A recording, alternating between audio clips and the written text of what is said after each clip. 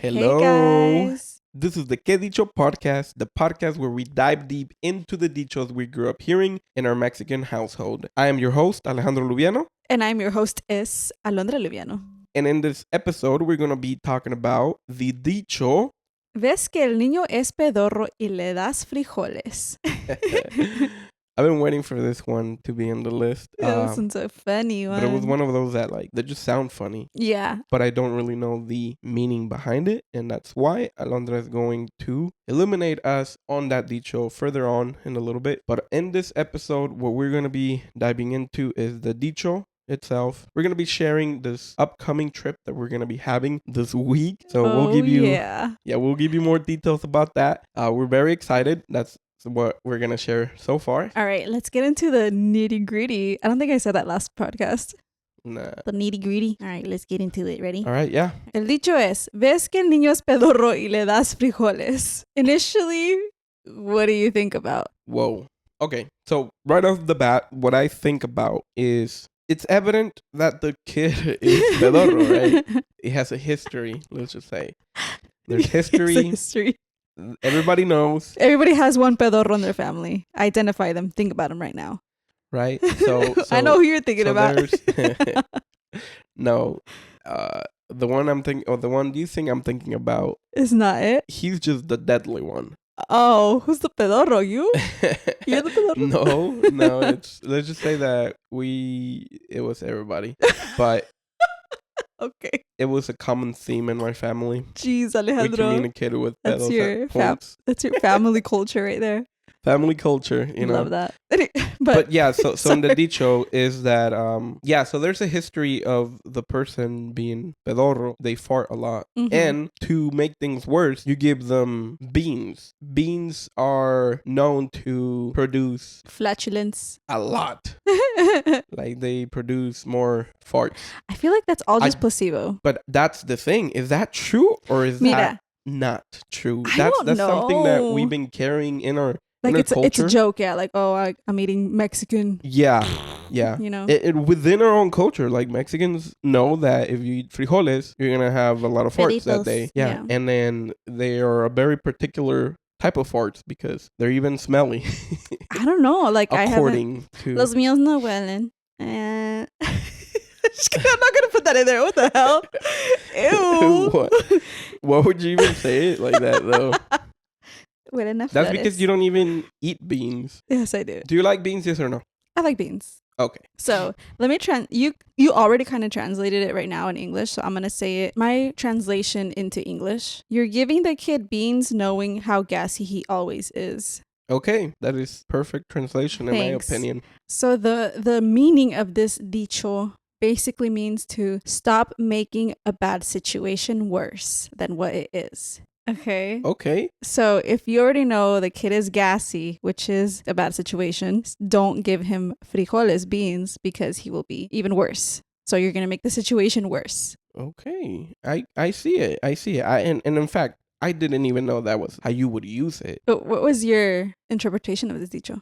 It was simple. I didn't go deep to understand it, but I would go to the literal part, as in don't give them beans because then they're gonna be fartsy, or don't give them a knife because then he's gonna stab, or if if don't give something in the situation that was gonna make it worse. Exactly. There you go. See, you came back to that point. But I didn't figure it was that. I just thought it was a funny dicho. I laughed when I first saw that and I was like, okay, that's a weird dicho. I have never heard of that growing up at all. Yeah, I've never encountered it in the wild. Yeah, but I think that's my new favorite dicho. I say that about every dicho. That's my new favorite dicho. I'm so lame. Yeah, you just gotta pick one. No, I love them all. I see the value in this one though. Now, knowing the definition, just knowing the meaning behind it. Because I feel like all the other dichos that we've talked about so far, they have been a little more motivational. Mm-hmm. But this one is kind of like, would you say it's motivational, or would you say it's kind of like self-reflection? Like a warning, like something you see a situation, but because what I see this dicho being used is in a situation where things are already bad, and then you go ahead and add to it. Mm-hmm. Why are you doing that? And so it's a dicho you say to someone, yo, hey, back off. Yeah, si ves el niño que está pedorro, ¿por qué le das frijoles? Yeah, exactly. Like, don't you see the situation's already going bad, and then you're adding? It's like the saying, "Stop adding fuel to the fire." Oh, there you go. Yeah. Right? I guess we figured it all out. That's it for today, guys. All right, yeah, that's the dicho for today, and the meaning behind it and how you would use it in English. So another way that I feel like this can be interpreted is like mindset wise. So if you focus on the negative, you're going to make your situation worse than if you focus on the positive of whatever situation you're in. Okay. Right? Yeah, let's get in deep. So breaking down the dicho, el niño pedorro is your bad situation that you're in. May that be like an illness or an accident, financial burdens, or whatever the case. So that is the niño pedorro. That's your situation. Those situations are not like favorable, but it happens to everybody. It's inevitable in life. You know, you have your ups and downs. So that's the niño pedorro. And then your frijoles, adding frijoles is the mindset. But in this dicho, it kind of goes towards like the negative, like adding fuel to your fire. I see it. No, yeah, I see it. And if I was to add a little bit to that, so the situation, let's give an example, could be that you're always kind of depressed. A negative Nancy. Like, you're always upset of everything. You go through your day, you're always kind of mad at like what this person is doing. Like, when you go to work, you're always mad at what like this one person, the way they say hi to you, or it just rubs you the wrong way, the little things. Yeah, okay. like you're going through your day and you're like already in a negative mindset, right? And then to add to it, someone tells you that they are in the process of downgrading your workplace. Oh, okay. So they're getting laid off. Potentially laid off. Okay. So that's a little bit worse, because knowing that you're already going to get laid off, then you're in the next step with like, okay, I need a plan. But not knowing if you're going to get picked, then you're put in this very stressful situations. Like, le estás le estás dando frijoles al niño pedorro. Yeah, like a person that's already negative towards like the situation or the outlook of their life, and then this really bad situation comes to their existence, to his life, yeah, to their life, and then it adds even more. And so then that's like a little moment of when like that dicho kind of applies, and someone could just say it's like, from the outside perspective, it's like they know that person's always so negative and so down. They take things take things too personal. Some coworker tells another coworker, it's like, viendo que el niño es pedorro y le dan frijoles. Now, I mean, that's a situation a lot of people can find themselves, especially. Well, I mean, everybody can relate to a hard situation. Right. And that's why, I mean, like, this dicho can be interpreted in different ways when it comes to los frijoles in life, or los pedorros in life. I just took it to the way of like you yourself, your mindset, how you react when you receive information from the world. And I feel like that you could either make it frijoles to el pedorro or not. Oh, okay. Yeah. I did not get that then. Yeah. That's what I got, what I just explained. No, yeah, I got through that as well when I was like researching. Tell us a little bit more about like your idea though, because I'm interested in that. Like, rephrase it or like say it again. Sorry. Tell me your notes. Ves que el niño es pedorro y le das frijoles. So the problem is already there. Don't make it worse for you by thinking the worst, by falling into negative talk. It's not necessarily about looking out on the bright side of the situation, but it's just about the way you handle the way that you react to the situation. It doesn't mean like, oh, my cat got run over, he's dying. At least I had a cat. Like, you don't have to think about it like that. You can still mourn your cat. You can still cry. You can still be sad. But at least like look at it through a different lens, more positive. Like, he died and it's okay that he died. Like, it's part of life. I'll be okay. Speaking from personal experience. R.I.P.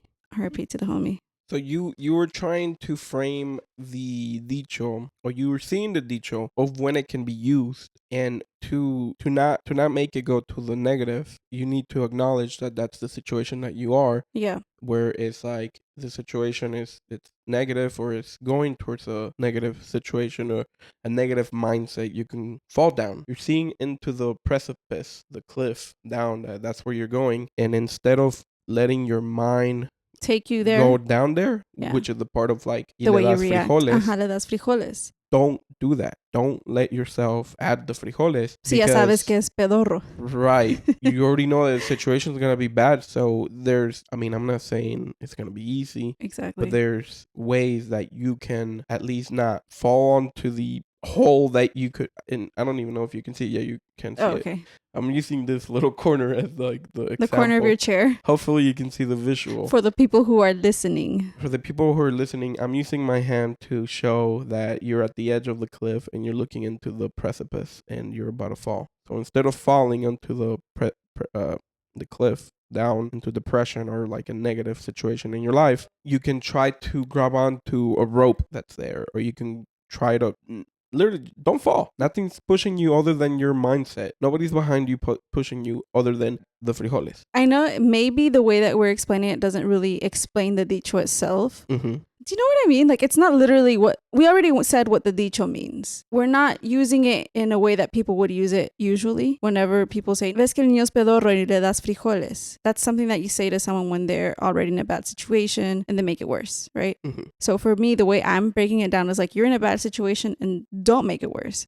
Don't get to the point where they tell you that dicho, you know? Okay, because so this is like, that's why I think you asked me at the beginning, what do I think about the dicho? And I feel like it's like a warning, a pre-warning that like you can see into your situation, that like I can see it at the end. If you see it already in the whole dicho, you can see it finalized. Play out. Yeah, it's negative because you already did it. You already made the situation worse. It's like, but pow. If you can notice it before that, like the situation is a little kid that's 40, pedorro, el niño que es pedorro, and you see it, and then you have a moment of reflection, and you're like, I'm not gonna add the frijoles to the situation because it's gonna make it worse. Exactly. So that's why it's just like, it's a warning. If you are able to catch yourself, you and reflect on this dicho, on its knowledge that it has, you can use it to prevent making situations from getting worse than what they already are. Because this is about being in a bad situation already. Mm-hmm. It doesn't matter if it was your fault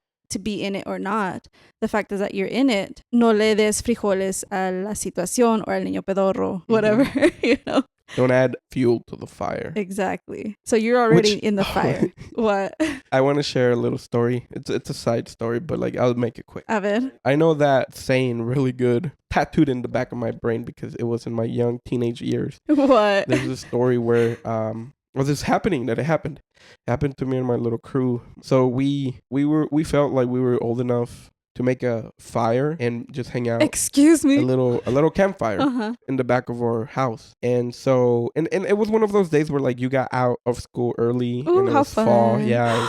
We were friends, right? The moment you said fall, I already know the vibes. Oof. No, yeah. So it was me and my friends. So we're hanging out and we're having fun, right? We're like bonding. All boys, by the way, also. And so we have the little fire. So we're actually acknowledging that this is actually pretty fun. Like, oh my God, we're over here. We're hanging out with the kid, with the guy. We're just like acknowledging like this is cool. We have a little crew here. We're bomb. We're like cool kids or whatever. And then there was this little moment that caught us by surprise where like one of the kids that was next to me knocked down the lighter fluid near the fire. Oh, did it spill? It spilled a little bit, but on everybody's heads, we saw the worst. Oh my God. Because we were like, and panic ensued in our brains. I was like, oh my God, get that out of the fire because it's gonna. And then when I go down to pick it up, I accidentally kicked it a little bit more to the fire and the tip caught the fire.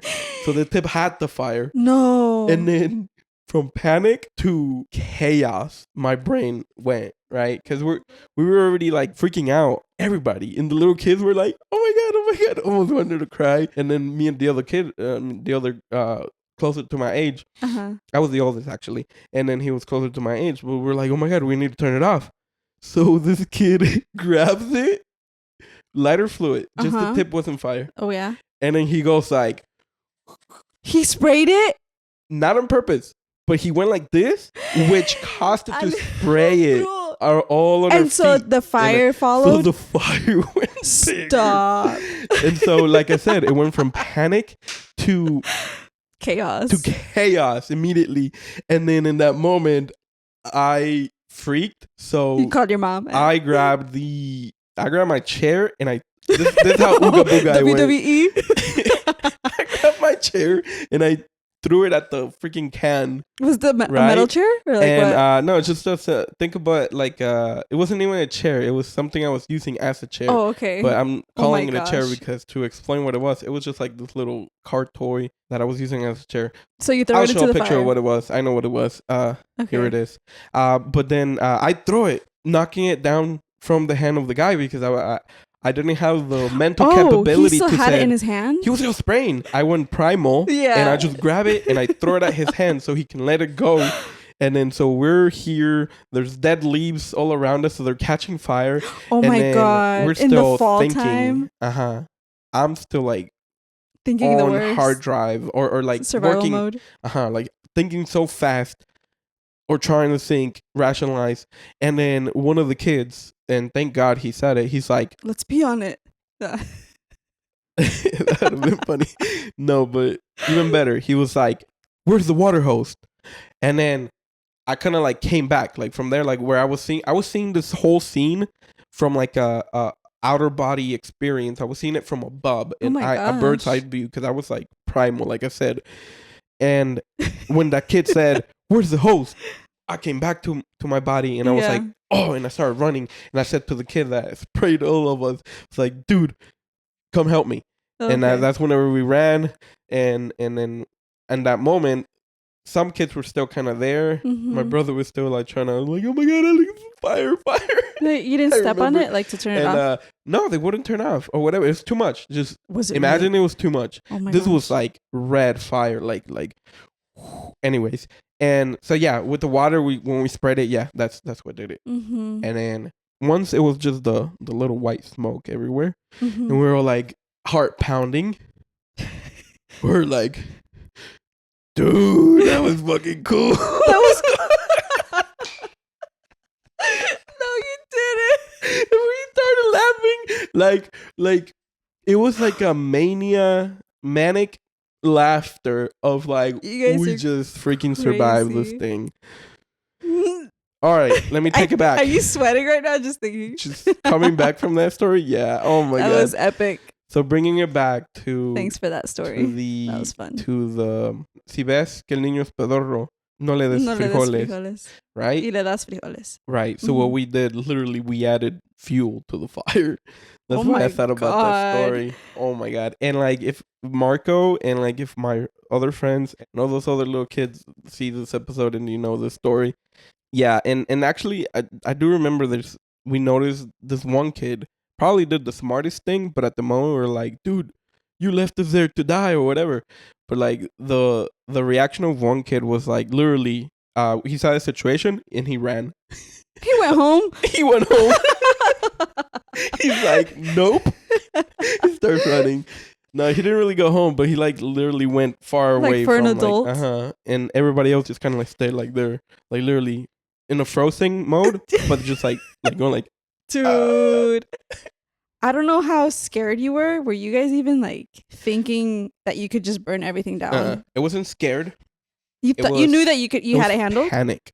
It was panic and it was chaos. Nothing exists but that moment at that situation. I have a similar experience. And yeah, I'm gonna let y'all sit with that story. Damn. Alo, you got anything? Sorry. You got anything to add or something? Ew, I just licked the mic. It's a little salty. So I have something similar. It has to do with the fire just because we're sharing fire stories. All right. So this is nothing really to do with the dicho, but more so to do with your story as well. We had just moved into our house, and at the time we had no furniture at all. Nada. We had no sinks, no counter space. So your house is kind of like unfinished. It was yeah, it wasn't really. You moved in unfinished. We moved in, without the final things going on. So I was just like chilling on the floor in my room because I had no furniture. Just me and my cat just like on the floor, on my phone, whatever. And no Wi-Fi at all. Like no cobija or anything, just on the floor? It was a cardboard box and then a cobija. Oh, okay. So it was like así dobladito, and that was my bed for like 2 months. Anyways, that's not the point. The point is I was just chilling, Which was this room at that point. Which was this room that we're filming in. Oh my gosh. It was like right here. Right? I was right here. Right just like, scrolling through, seeing what Alejandro's doing. And then all of a sudden, I hear my sister screaming my name from outside in the backyard. And she's like, Alondra, come help. And I'm like, why? Oh, like, I've never heard her scream in that kind of manner at all. Mm-hmm. And since at the time the house was not really finished, so we wouldn't wash the dishes in the house. We would wash the dishes outside in the backyard, like straight up Mexican rancho vibes. Because we had just moved in and we live out in like the country, we didn't have any form of throwing away our trash yet. We didn't have like a system. So what we would do is, I don't know if this is like legal. People do it, but we would have to burn our trash. And it was just like papel de baño, things like that. Okay. We had a fire going on in the back. No one was home except for my dad, my sister, and I. And then my sister calls me screaming. I'm like, what? And she's like, hurry, help. And I'm like, what's going on? And I look over there and there's this fire going on in the backyard. And it's like, I can just see it in slow motion, slowly spreading. And it's not far from the house. Oh. And it wasn't slowly spreading. Okay. I saw it in slow motion, but it wasn't slow. It's spreading very fast. I don't know if you've ever seen how fast fire can spread. So what you're saying is that where your dad was doing the little fire, it spread out and it started going. It spread out to the point that he yelled for help from my sister, who was also in the house, and my sister had to yell help for me because it was spreading quicker than you can. Spreading like fire. Have you heard of that saying? It's spreading like fire. Yeah. Like it was crazy. So we didn't have mangueras. We didn't have anything yet. So we just had to run inside to the only sink that we had and get cubetas. And then I just see my dad with a pala, bam, bam, just like hitting the fire. Oh, my sister's like stepping fire. On it. Stop it. Stop fire. Yeah. And like it was just like rolling. On one side of the flame, it was black, burnt winter grass, just like ashes of it. And it was just flowing through what was going. And just like getting so close to the house. And I was like, oh my God. And so I'm over here getting another pala, just like going at it. We do get it to stop. So we turn off the fire. What is it? Kill the fire? You extinguish the fire. We extinguished the fire. I don't know if you felt that same way, but that was crazy. I remember I took off my jacket and I was like you said, you don't think about anything else in the moment. Nothing exists but the task in front of you. Exactly. Just trying to save your freaking house from burning down because that was fast. Oh my God, that was fast. It was crazy. Don't play with fire, children, please. I feel that's when there's a situation. Look, I'm sweating. For real. When there's a situation that fire is involved, we have something in the back of our mind or of our head that like just turns on because we know that fire is danger. Yes. Fire is chaos. In the matter of seconds, it can either go really bad or you're able to extinguish it and control it. And that's very interesting. Yeah. Things you should not do when there's a fire. No le des más frijoles. Absolutely. Sabiendo que el fuego es pedorro. El fuego es pedorro. Fire is... It's gassy. Don't give it beans. If y'all have made it this far so far, if y'all have made it so far, if y'all have made it this far into the episode, make sure to give us a like and drop down in the comment section your thoughts of the dicho so far, of any experience you've had with the dicho, or of any fire situations you've encountered in your life.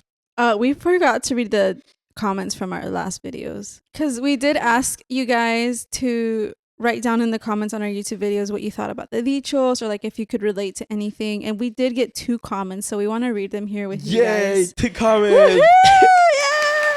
Yay! Thank you for our first 2 comments that we've received from our subscribers, from people who have seen our podcast, and we really do appreciate it. Yes, you guys, that's so awesome. Thank you for listening, for commenting, for subscribing. This is from episode 4. A miedo a que coyote no bajo mis chivas al agua. This follower commented down. It has emoji. So Alejandro talking about his girls. Clap, clap, clap. As in like clapping emoji. Clapping emoji.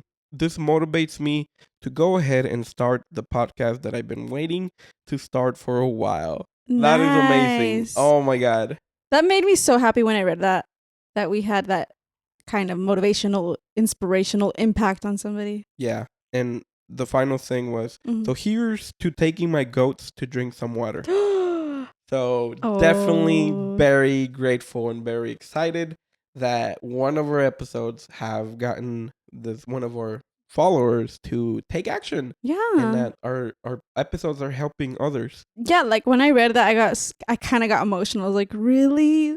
Like you really listened and you liked it and you commented and you felt this way about our podcast, that you wanted to take that leap as well. Like, that's awesome. I'm so happy for you. Yeah, it means so much. People could say it's just a comment, No, but it's somebody's time, or somebody who took their time to express that what we've shared with them motivated them. Yeah, like it made a positive impact in somebody's life. And we're all for that. And thank you for the comments. Thank you. Let's read the second comment.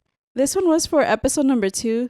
Más vale poco y honrado que mucho y enlodado. So this comment was actually on their perspective of the dicho. In my perspective, it is better to be a poor person with a great reputation and a saint than being rich with money, but being crazy nasty sinner.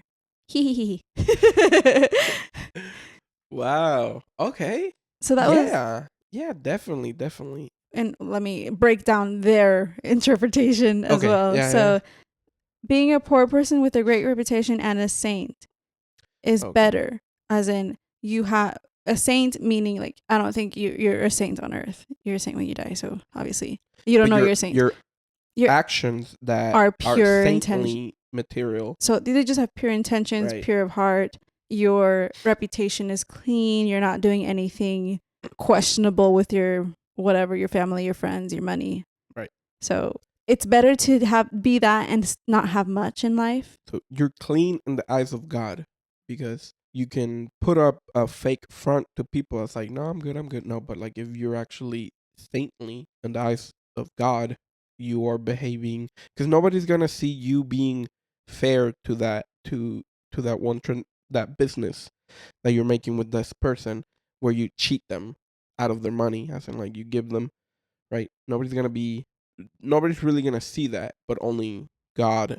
You and God is gonna take note of that type of thing, right? Yeah. So for this person's perspective, it's just better to have that good heart and not be having a lot, but at least you have a good heart, versus having a lot, but you are living in sin. Sinner.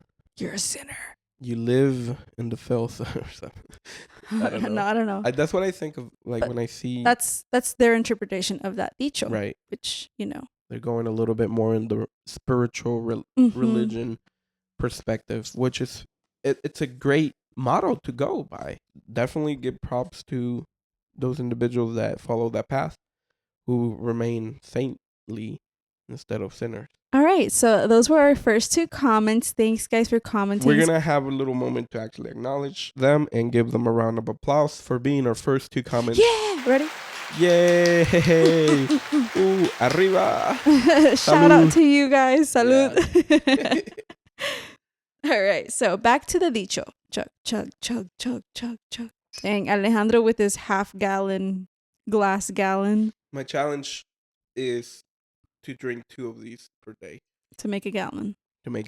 Yeah. And of all containers, he chose a glass container. I mean, I did my research, and it's preferred. Say no to plastic. Yeah. Go glass. And also, another thing, this might be a little bit too spiritual, but like, give thanks to your water for hydrating you, and for the glass, because you're going to make it give you those positive energies. Me drinking from a plastic bottle, sorry. I have another one, but I just had this one filled already. All right, guys, now that we're back into the dicho, this is the time for all of us to take a moment and dive deeper into the dicho. This is where we try to disconnect any pre-perceived ideas of what the dicho means, and just kind of try to connect to things that you might have not thought of. We're going to take that time right now to just dive deeper onto the dicho. All which right. the dicho is. Ves que el niño es pedorro y le das frijoles. Right off the bat, ves. You see the situation. The first, you have to see. You have to use your sight to analyze the situation. Very key. Dicho, like dichos are rooted with a lot of knowledge, which the first phrase even is, if they sound funny like this one. even if they sound funny, but the first words are Ves. que el niño, the person. Sorry, I thought of like, o hueles.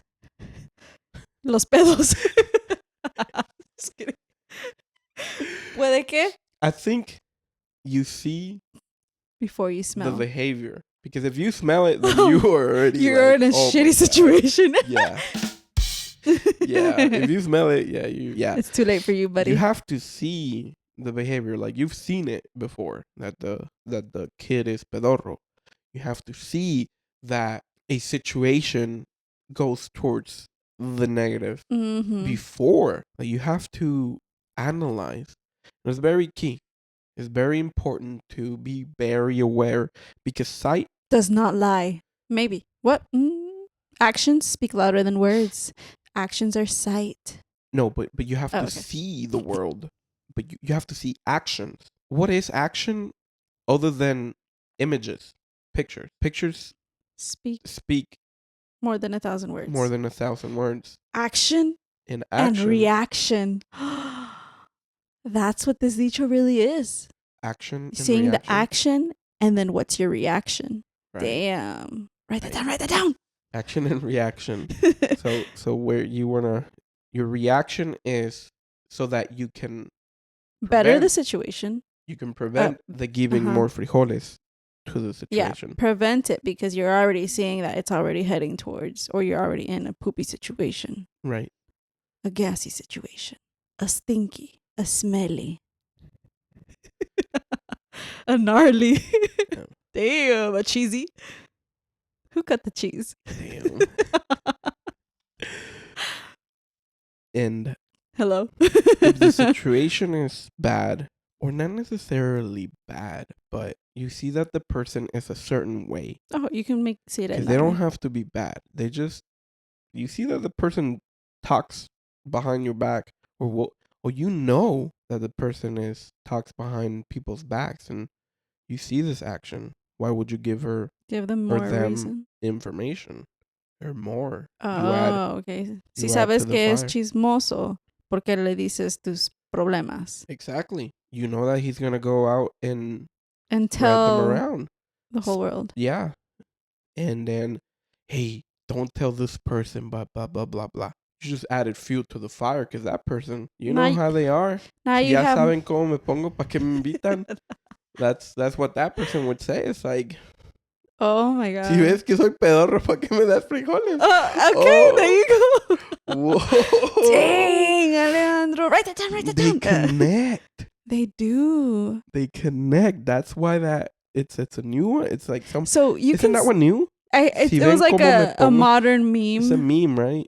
Yeah, because he was like a borracho. It's un dicho. I don't really know. Or did he just say it? Somebody tell us, please. Was that a dicho already, or was he just really drunk and it was funny that he said it and it made sense? Si ya sabes cómo me pongo pa que me invitan. Exactly. So, like, in a way, you can even say that. Si ya sabes que soy pedorro, pa que me das frijoles. It's the same in that scenario. You can make it play and you can make it work. Right, because this is the response to the pobre niño pedorro. It's like, it ain't my fault. Ya sabes que soy pedorro. Yeah.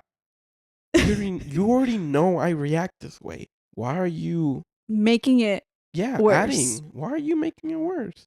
Is there a situation in your life where you've had a situation in your life that was a situation that was on purpose? Was there a situation in your life where you can have this dicho play out? Have you ever had a dream that you could do anything? That you could do anything? Let us know in the comments. Please. A ver, Alejandro, have you?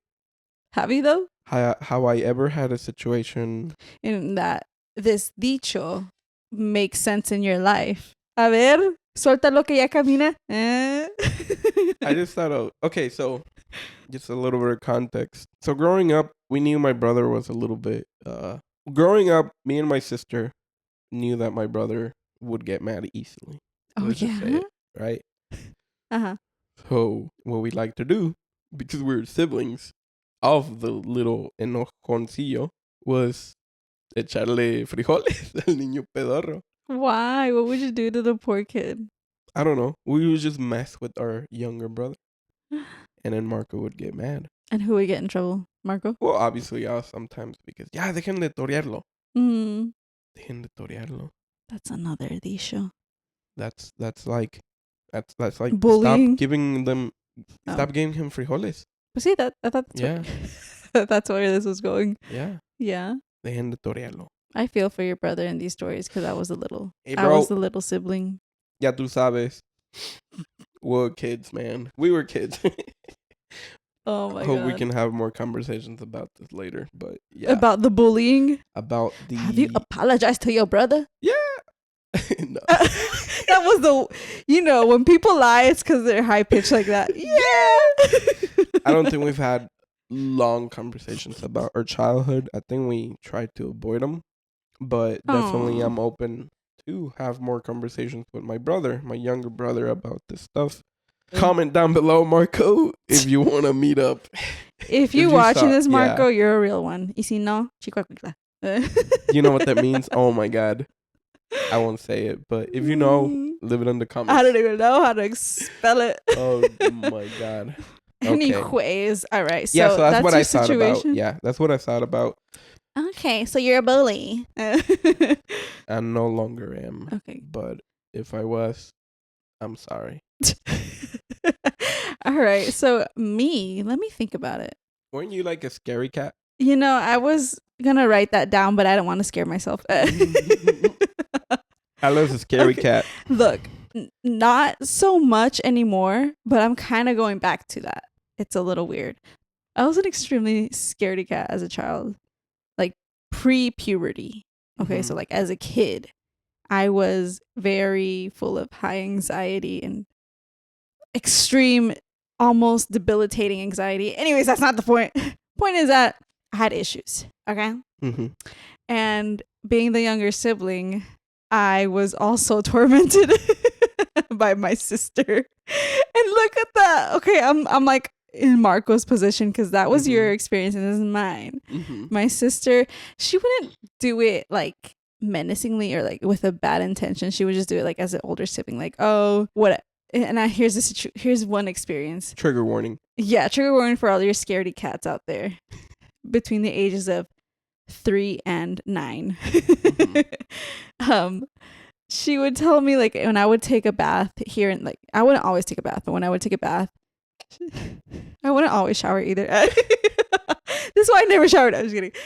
When in the occasions that I would take a bath, she would tell me whenever you unplug the tapón de la taza, de la tina, and the water starts to go down, and eventually it goes to the point where it's like so shallow that it starts to like gargle. That what you hear are crocodiles. And little me being there, just knowing there's crocodiles like in this tina right now, that scared the crap out of me, and it just messed me up for years. Oh gosh. Yeah. So, sabiendo que la niña es miedosa, ¿para qué le dices esas mentiras? Bro, I had issues. Ideas en la cabeza that they're scary. Honestly, I feel like I needed psychological help. And that's why you need that one book. Check it out. Psycho-Cybernetics. Do you recommend that book so far? Yes, I really do. I actually bought this in 2020, but I stopped reading it because life happened. But I'm going back to it, and I really, really do like it. And I'm like taking notes. Is it helping you in what way? It's helping me tap into the power of your subconscious mind to improve my self-image, learn to use your positive past, set and achieve worthwhile goals, develop compassion, self-respect, and forgiveness, cultivate the power of rational thinking, and discover the key to a happier, more successful life. Oh, nice. Yeah. This is not an ad. That was literally the cover. Yes. Nah. Who's the author? The author? Maxwell Maltz. This is the person. This is the Okay. book. It's really good. It's so full of juicy information. So that's the book you're reading right now? Yeah. You're gonna kind of... I'm gonna go back into it. Definitely. I over here, since you're pulling out your book that you're Alan. reading, this might be out there. It's really out there, guys. So everything you know right now, throw it away. All your beliefs, all your... No, it's like... Yeah, has nothing to do with Dicho, but it's just giving a little bit about us. But anyways, so the book I'm reading right now is written by Robert A. Monroe, and his book is called Journeys Out of the Body. Okay, yeah, so that's the book the I'm reading right now, and just to give a little idea, it's about this one researcher, very academic, and he was a good reporter. He knew how to take scientific notes. And then he started experiencing this phenomena that would happen to him where he would start experiencing himself outside his body. And like words that he uses is the second state or the second body. When he would go to sleep, he would have experiences where he would be in when he's asleep. Okay, so this is not him awake and just being like... Yeah. Okay. So he dives deep into explaining how it started happening and what he started doing it, which he started making experiments and documenting. That's why this book is very interesting, because he's a scientist trying to discover or uncover. Is he still alive? No. Oh, man. No, he was old. He was old when he wrote that? He was very old. Robert Monroe? Robert Monroe. Nice. But yeah, so it talks a little bit more of that phenomena. It's kind of like something that interests me. Has interested me. You have a lot of stories about that, right? We can talk about that in another potty. Yeah, so this is actually a book that I'm rereading. I read this back whenever I myself, young me, starting having experiences like that, and I didn't know what it was. Okay, you're scaring me.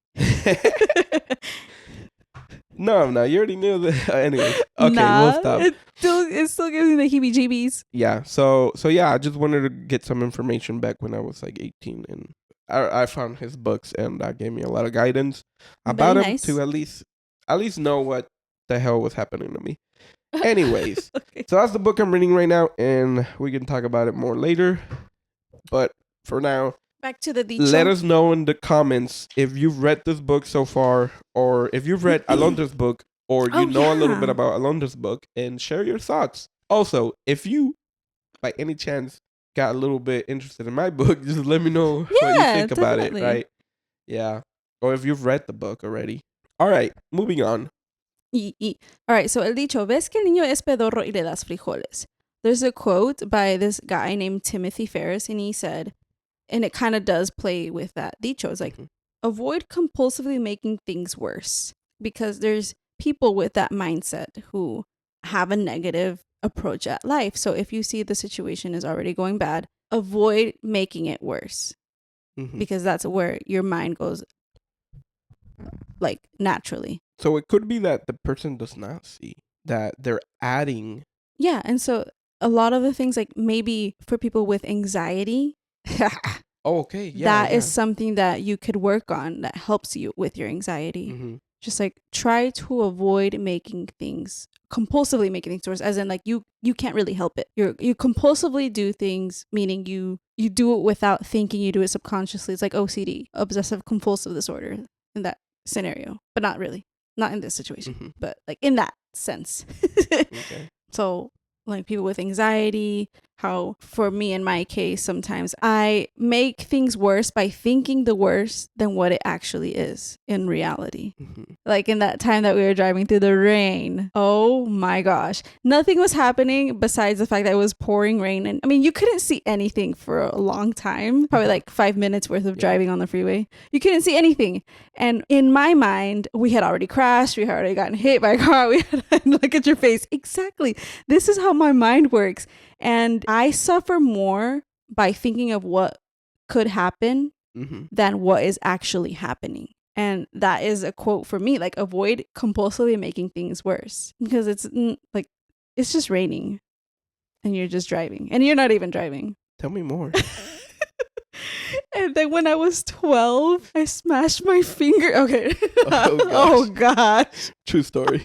But you didn't smash it, but nah, it was an accident. Right. I like the way that you see this dicho and how you're using it to help you to not make things worse. Yeah. Because that's kind of like, if we get to the nitty gritty or the point of the dicho is no hay que empeorar las cosas. Ándale. By adding fuel to it, by giving more frijoles. And this goes to anybody who is easily, like, if you are an addict in any way, if you're an alcoholic, if you are a smoker, drug user, gambler, cheater, don't engage them in conversation that leads to drinking. Don't be like, hey, you want to say? Oh, okay. Hey, you want to go hang out at the dope house or something?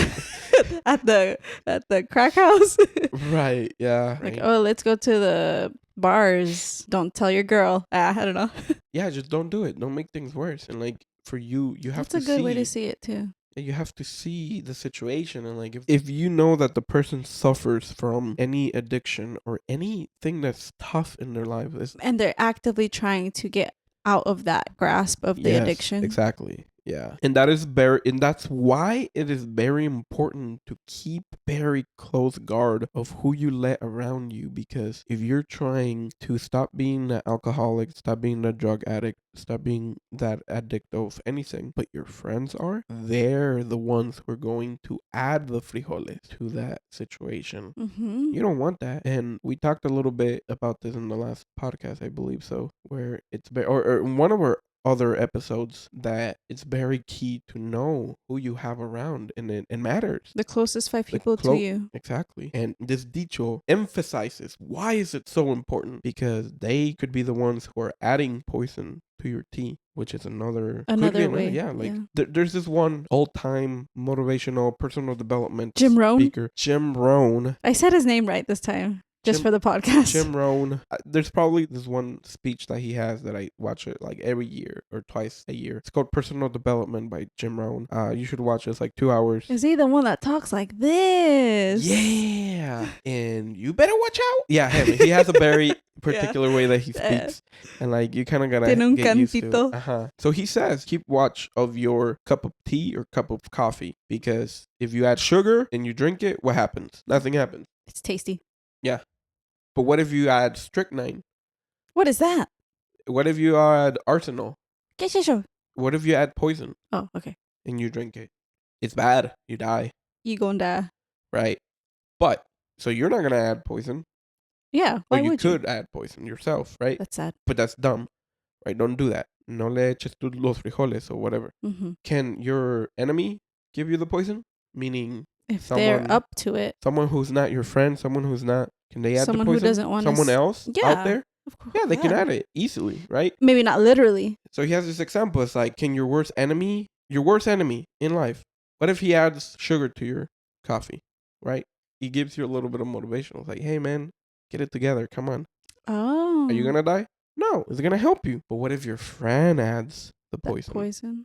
Your friend is the one that tells you, you know what? Nah, dude, it's not worth it. Just stay the way that you are. Don't even go for that goal. Dude, you're crazy. You want to leave us? You want to start a podcast?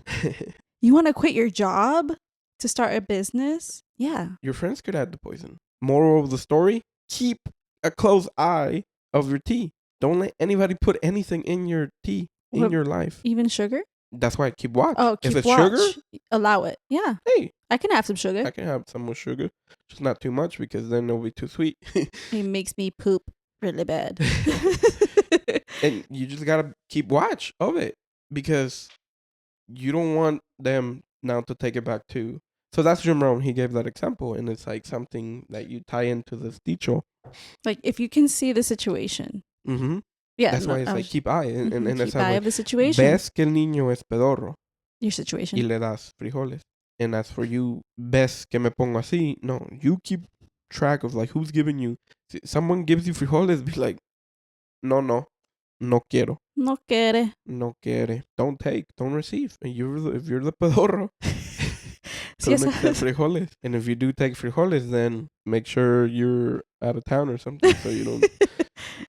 Prende el ventilador. Go work out. Go. Prende el ventilador, meaning. Be proactive. Yes, like go work out. Don't fall into drugs. Go write some music. Don't self-harm. Make some art. Make it into something beautiful. If you're pedorro and you have frijoles, you know, drink some tea. Relax. Well said. Take it one day at a time. It'll be okay. Yeah. That was good. Yeah, I like where we took this. Really? Yeah, like where we took this DICHO in. I liked it too. It was more in it kind of got into our deep conversations that we have in the car, you know? Not so much our worldly situations. Like it flows. It's a conversation. It's a direct stream of thought. I was inspired. That comes. And it came naturally. And I'm glad that y'all are here to witness this and hear this. Thanks, guys, for being here. And more than anything, these conversations are not just for us, but also for y'all. And we thank y'all for just being here, listening to us. And if you have made it this far, give us a like. Give us a follow if you're a new person coming into our channel, our podcast, and all the podcast platforms that you're listening this to.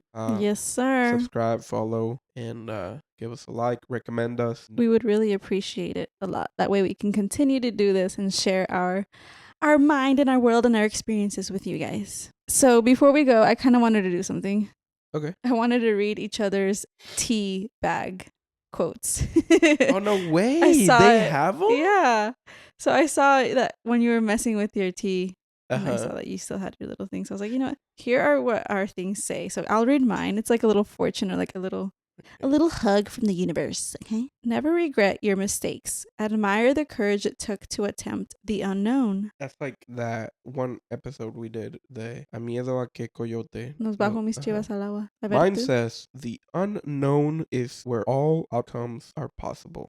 Enter it with grace. That's like that chaos place that I found myself in that fire. That's the unknown. All outcomes are possible. So enter it with grace. That's a good one to apply with your whole life, actually. All outcomes are possible. Even right now, everything is possible. Yeah, so tomorrow when you wake up, enter it with grace. At all moments. This next second, enter it with grace. Beautiful. I like it. I didn't know that was a saying. And he never read your little No, I thought it was just notes. Like a little piece of that, like you can grab it. Some of them have it. This brand has it. The Yogi brand. Oh, nice. Yeah, I like to read it when I make my teas. All right, guys. This is the part where we're going to start sharing what we're going to be doing. What we mentioned in the beginning. Yeah. All right. So what we're doing is we are going to VCon. What? Yay. Yeah. You love doing that.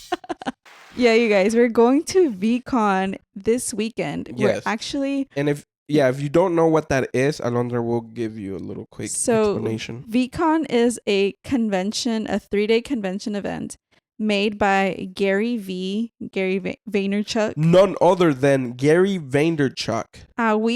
And the way that the whole theme of this convention is talking about Web3 and NFTs and the future of business and art within NFTs and crypto coins. And it's very nerdy.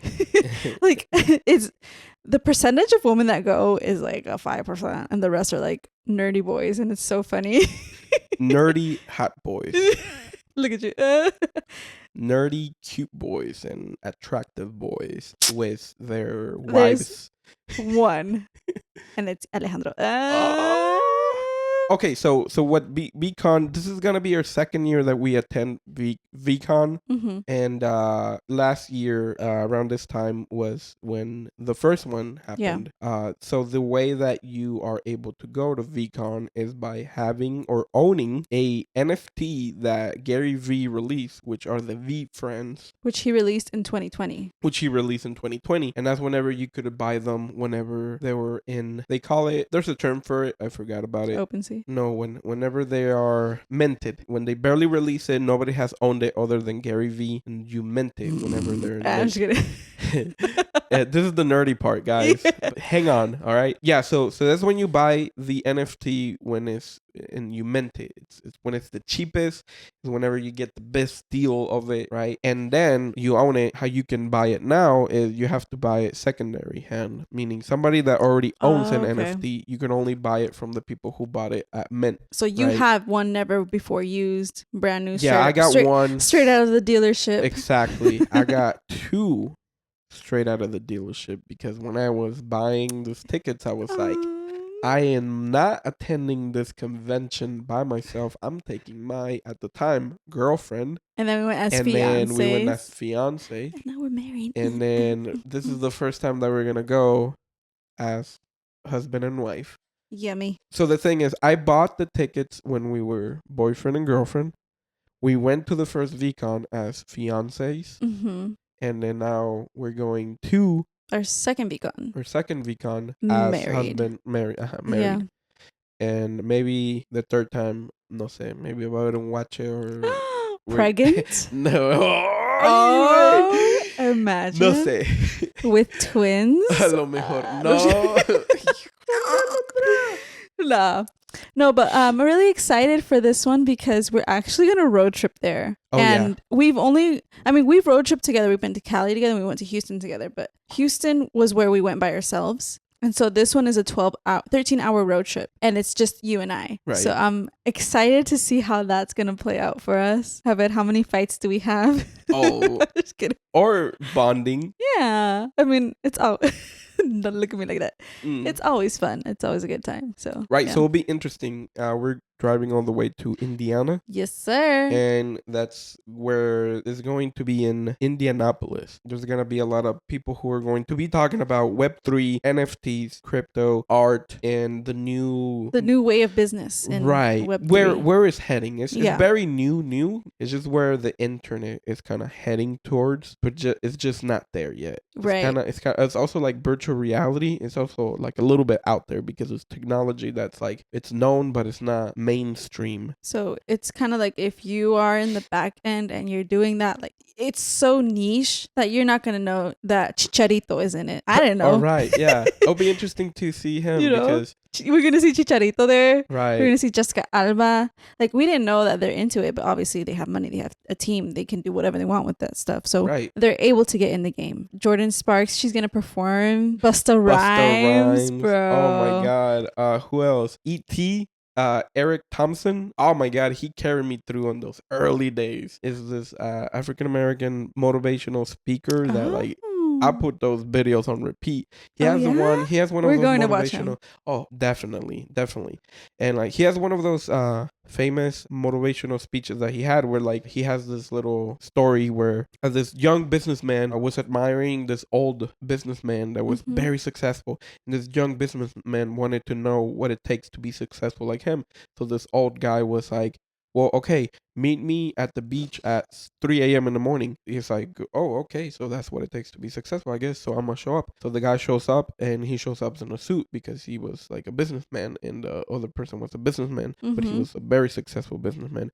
So once he was in the beach, the guy had like shorts and a t-shirt, and the other guy was in a suit. He's like, oh, shit, if I would have known we're going to get in the water. Oh, yeah, because he told him we're going to get in the water. Oh, okay. And then he was like, oh, knowing that, I would have brought shorts and swim shorts. Yeah. And so the guy takes him into the beach and the water, and then the very successful man is like, keep on going, come on, keep on going, and it makes him go until the water was hitting him right here in the neck, and then the successful man is like, yeah, that's that. Oh, you can like make sure I reach right here, and then all of a sudden this very successful guy, or like he grabs him and holds him down in the water, and he's holding him, and the guy's like trying to breathe, and he's like, oh my god, and the very successful guy was just like holding him, like, and then he's like, the guy was like just like he had one thing in his mind, like chaos ensued in his mind. So like this kid's gonna kill me, or this man's gonna kill me, and this is gonna be my end. I just wanted to be a successful man. And he was like wanting to breathe, almost drowning or whatever. And then when he was like almost in his last,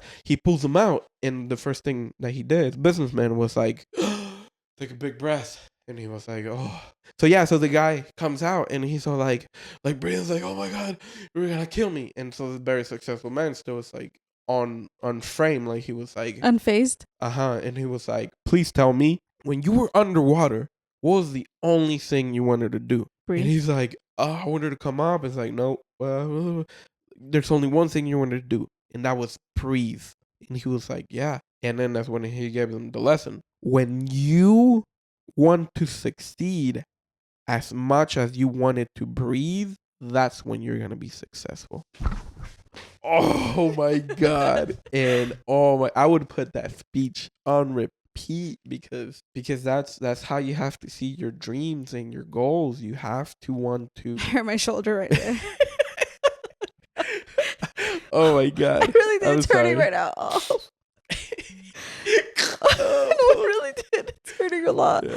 So yeah, when you want to succeed, you have to want to succeed as much as you want to breathe whenever you have no breath. And you're like, you got to, like, you want it. Like, how bad do you want it? Yeah. You gotta want it that bad. So that's one of so he's gonna be there. So the guy that tells that story is gonna be there. E.T. Like Eric Thompson. That's what I think about. But like I can't yeah, so he's one of my favorite motivators. Interesting. So we're gonna be at that convention with Gary V obviously is gonna be there, his brother, and other top shots. I think Tebow person, NFL guy, is going to be there. Something Chopra. Deepak Chopra. Mm-hmm. He's gonna be there again. Eastern philosophy meditation guy is going to be there. Because I have the NFT, I get to take her with me with this experience, and where we take this information is up to us. Like down the road, that's what we're seeing, and that's where like we want to breathe so hard, so bad on our goals and our dreams that we're doing everything we can. Right. And hopefully this conventions really do shape the trajectory of where our future for KEDICHO, our future for us as business owners and personalities. And I'm very interested. And like I know they're gonna be key for our success. I want to thank Gary V for having this. And like we're gonna shout out Gary V. Shout out Gary V. But yeah, that's where we're going. And when you see this, we are probably already coming back. Yeah, in the next episode, you can expect to talk about our experience of VCon. So it's very important for you, if you want to see a little bit glimpse of what happened, make sure to follow on our social medias. Definitely. That's where we're going to be putting a lot of this information. But whenever you do see this podcast, it's going to be over. So we'll just follow us to keep up with these type of things, Yeah, if you want to know more about it, just see our recent posts and you're going to see all about it. And you're going to be like, oh, that's what that is. All right, guys, that was it for today's podcast episode. I like this episode. And again, thank you for being here. Thank you for being part of this growing community and growing movement, which is the KEDICHO Podcast. Make sure to follow. That's all from us. I'm Alejandro Lubiano. I'm Alondra Lubiano, and this is KEDICHO. Bye, guys. I love you. Goodbye.